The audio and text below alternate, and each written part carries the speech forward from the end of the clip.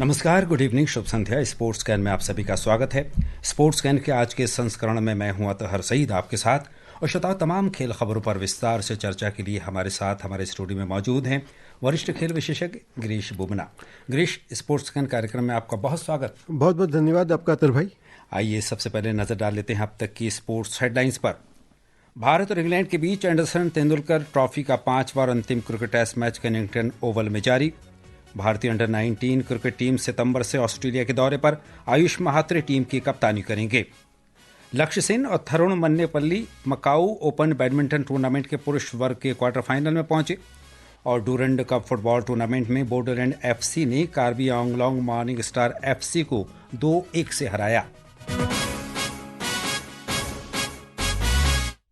शुरुआत करेंगे क्रिकेट के साथ। भारत और इंग्लैंड के बीच आज लंदन के ओवल मैदान में वर्तमान एंडरसन तेंदुलकर क्रिकेट टेस्ट श्रृंखला का 5वां और अंतिम मैच फिलहाल वर्षा के कारण रुका हुआ है। आज इंग्लैंड ने टॉस जीतकर भारत को पहले बल्लेबाजी के लिए आमंत्रित किया। मैच रोके जाने से पहले भारत ने अपनी पहली पारी में 3 विकेट पर 85 रन बना लिए थे। भारत के दोनों सलामी बल्लेबाज यशस्वी जायसवाल मात्र 2 रन और केएल राहुल 14 रन बनाकर आउट हुए, जबकि भारत का तीसरा विकेट शुभमन गिल के रूप में गिरा। गिल ने 21 रन बनाए।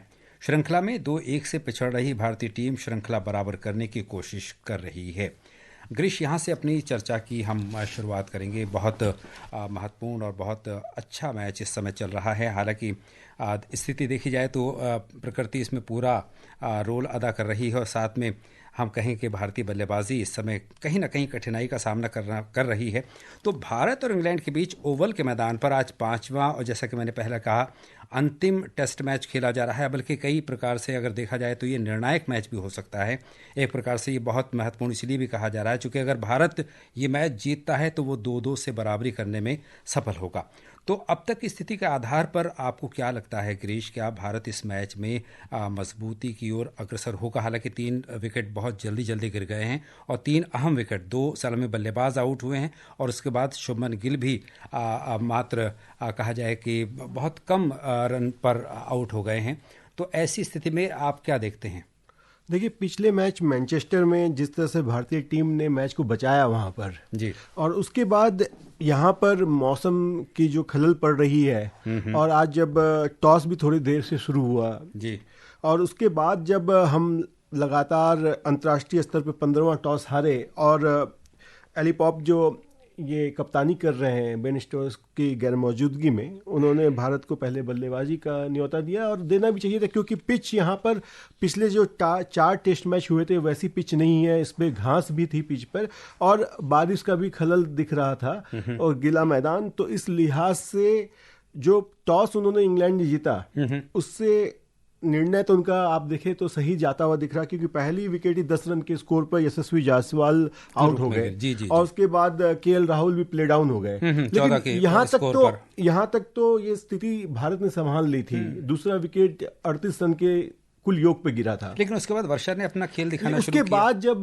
बारिश आने महज लंच से 7-8 मिनट पहले बारिश आई और अर्ली लंच कॉल कर लिया गया, तब तक भारत के स्कोर 72 रन बन चुके थे 2 विकेट के नुकसान पे। तो मैं ये कह सकता हूं कि साई सुदर्शन और शुभमन गिल कप्तान ने एक तरह से मोर्चा संभाल लिया था। लेकिन जब बारिश रुकी और मैदान साफ हुआ, करीब लगभग एक सत्र का खेल वहां पर जो है हम खो बैठे, खराब हुआ। लेकिन उसके बाद जो हमने खराब एक निर्णय लिया, साई सुदर्शन ने एक स्टार्ट किया 1 रन लेने के चक्कर में, और कप्तान शुभमन गिल जो 700 से ज़्यादा स्कोर बना चुके हैं, इस सीरीज में सबसे हरफन मौला खिलाड़ी नजर आ रहे हैं, और वो एक रन आउट होकर चले गए। तो मुझे लगता है कि ये बहुत बड़ा ब्लंडर, आपकी विकेट आपने जो है तोहफे के रूप में दे दी। हालांकि गिरीश बहुत अच्छी फॉर्म में चल रहे थे जहां तक शुभमन गिल का प्रश्न है, और शुभमन गिल से आज के मैच में भी बहुत अच्छे पारी की हम अपेक्षा कर रहे थे, लेकिन दुर्भाग्यपूर्ण रूप से वो ये मात्र 21 रन बनाकर आउट हो गए।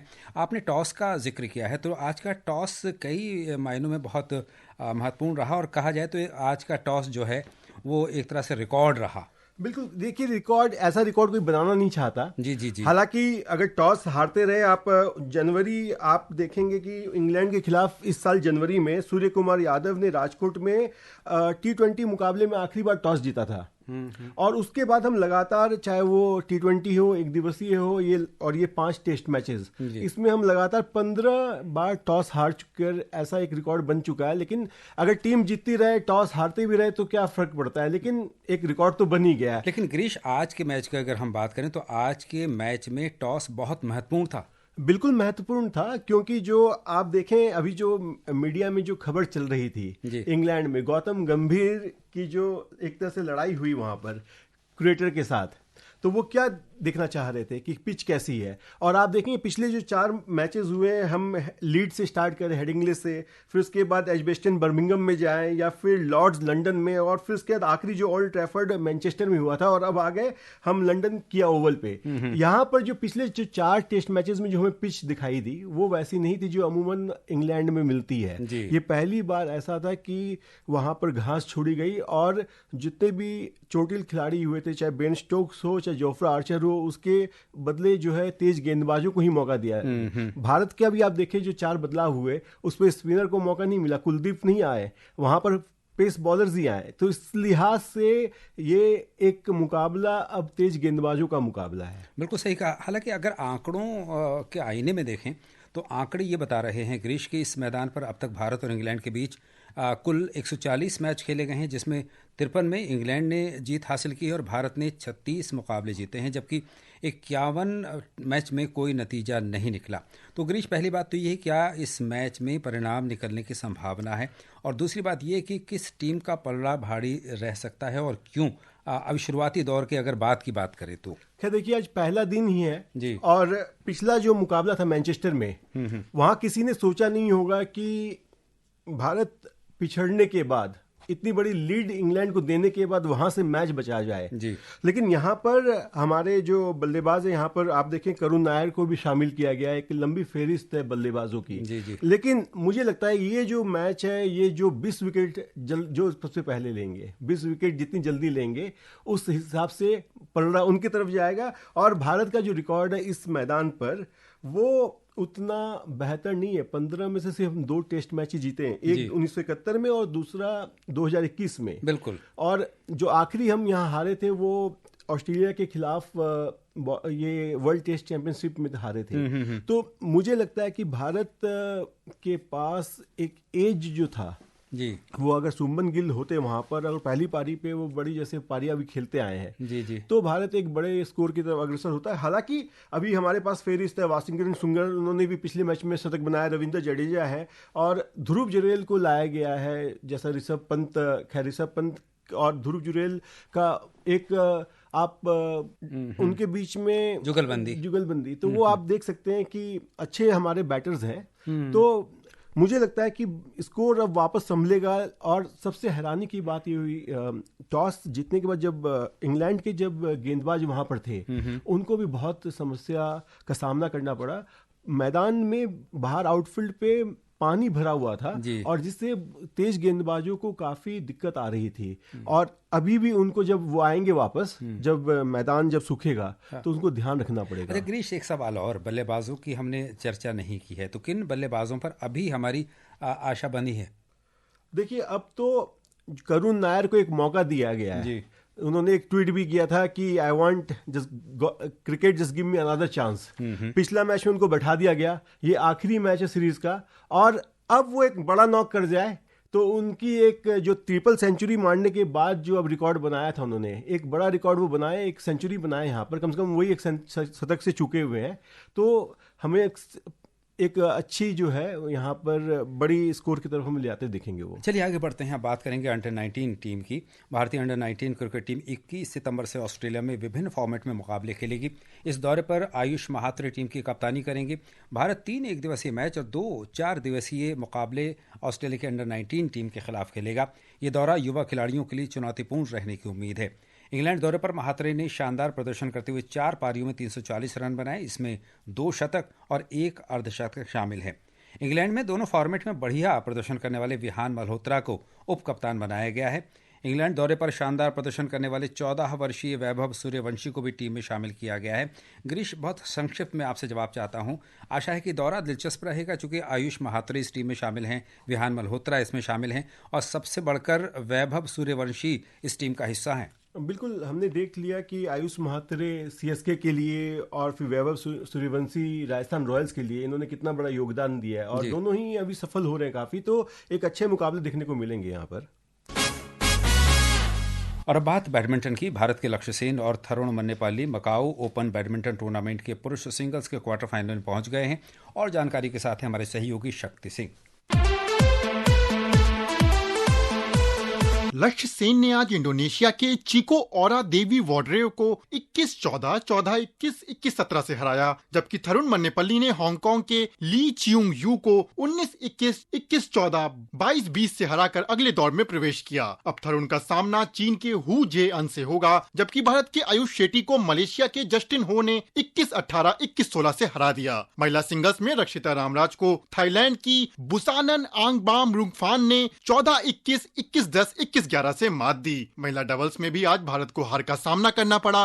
भारत की प्रिया कोंजेंगबाम और श्रुति मिश्रा को इंडोनेशिया की राहेल एलेक्सा रेंज और एमटी पुष्पिता सॉरी की जोड़ी ने 14-21, 12-21 से शिकस्त दी। मिक्स्ड डबल्स में 5वीं वरीयता प्राप्त ध्रुव कपिला और तनिषा क्रिस्टो को मलेशिया के जिमी वोंग और लेई पेई जिंग ने 19-21, 21-13, 21-18 से हराया। Shakti Singh, sports can.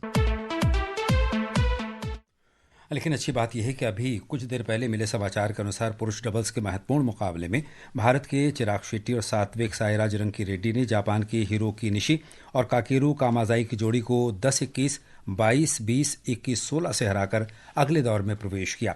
Girish, Macau badminton की बात करें तो आज का दिन बहुत अच्छा कहा जा सकता है, क्योंकि भारत ने अब आज 2 सिंगल्स मुकाबले और 1 डबल्स मुकाबला जीता है और क्वार्टर फाइनल में प्रवेश किया है। तो इनमें यदि हम लक्ष्य सेन की बात करें तो उनके लिए आगे का सफर यानी सिंगल्स का सफर कैसा रहने वाला है? देखिए, मिक्स्ड दिन रहा, मिला जुला दिन रहा हमारे लिए। हमारे कई मुकाबले जो हम जीते भी हारे, जिसमें से रक्षिता श्री संतोष रामराज जो है वो जीत रही थी, मतलब पहला जो रिपोर्ट में भी कहा गया। लेकिन लक्ष्य सेन की आपने बात की तो मैं ये बता दूं कि लक्ष्य सेन जो है इस प्रतियोगिता में वो अब उनके सामने जितनी भी चुनौतियां थी, चाहे वो टॉप सीड हो, तीसरे सीड हो या चौथे वरीयता खिलाड़ी हो, सब बाहर हो गए हैं और अब वो खुद टॉप सीड में है और खिताब जीतने के अब वो प्रबल दावेदार हो गए हैं। हालांकि अब उनका मुकाबला चीन के जुजुआन चेन से होगा कल। और आपने बात की यहाँ पर डबल्स मुकाबले की, तो डबल्स मुकाबला हम जीत गए, चिराग और सात्विक हम जीत गए, लेकिन वर्ल्ड रैंकिंग के 9 हम हैं और जो हमारा मुकाबला था 89वें रैंकिंग के खिलाड़ी से था, और उसके बावजूद हमें बहुत मशक्कत करनी पड़ी। और इनको अब आज इस मैच के बाद इसमें एक मनोबल बढ़ा होगा जरूर, क्योंकि सात्विक साईराज रंकी रेड्डी और उनके जो साथी हैं चिराग शेट्टी, दोनों बहुत अच्छे खिलाड़ी हैं। जहाँ तक डबल्स का बहुत अच्छे तालमेल के साथ वो खेलते हैं। लेकिन एक सवाल यह है कि थरुण मन्नेपल्ली ने आज बहुत कमाल की जीत हासिल की है। उन्होंने अपने से कहीं ऊंची वरीयता प्राप्त खिलाड़ी को हराकर क्वार्टर फाइनल में प्रवेश किया है। गिरीश, ये टॉप सीड थे, बड़ा उलटफेर हम कहेंगे इसको। विश्व नंबर 15 जो थे 19-21 से हराया, फिर उसके 19-21, 21-14 और 22-20 से। तो 1 घंटे से भी ज्यादा मुकाबला चला और ये मान के चले कि आने वाले मुकाबले जो है इनके लिए ये पहली बार नहीं है कि क्वार्टर फाइनल पहुंचे, इससे पहले भी वो जर्मन ओपन में पहुंचे थे। और अब बात फुटबॉल की। 134वें डोरंड कप फुटबॉल टूर्नामेंट में आज बोडोलैंड एफसी ने Karbi Anglong morning star FC को 2-1 से हरा दिया है। इस मुकाबले के बारे में विस्तार से बता रहे हैं मुकेश कुमार। कोकराझार में खेले गए ग्रुप डी के मैच में पहला goal Karbi Anglong morning star FC के जोसेफ ने खेल के 25वें मिनट में किया, जबकि बोडोलैंड एफसी के लिए 37वें मिनट में गायरी ने बराबरी का गोल दागा। 60वें मिनट में रॉबिन्सन ने गोल कर टीम को अजय बढ़त दिला दी। दूसरा मैच मोहन बागान सुपर जायंट्स और मोहम्मडन स्पोर्टिंग के बीच कोलकाता के विवेकानंद युवा भारती क्रीड़ांगन में खेला जा रहा है। डूरंड कप में कल पहला मैच इंडियन नेवी एफसी और रियाल कश्मीर एफसी के बीच मणिपुर के खुमन लंपक स्टेडियम में शाम 4 बजे से होगा। और श्रोताओ, समय हो चला आपसे विदा लेने का। कल फिर मिलेंगे कुछ और ताज़ा खेल खबरों के साथ। गिरीश, आप हमारे स्टूडियो में आए, तमाम खेल खबरों पर आपने बहुत विस्तार से हमारे साथ चर्चा की, इसके लिए आपका बहुत धन्यवाद। बहुत बहुत धन्यवाद आपका भी। और श्रोताओ, इसी के साथ स्पोर्ट्स कैन की पूरी टीम के साथ अतहर सईद को अनुमति दीजिए। नमस्कार।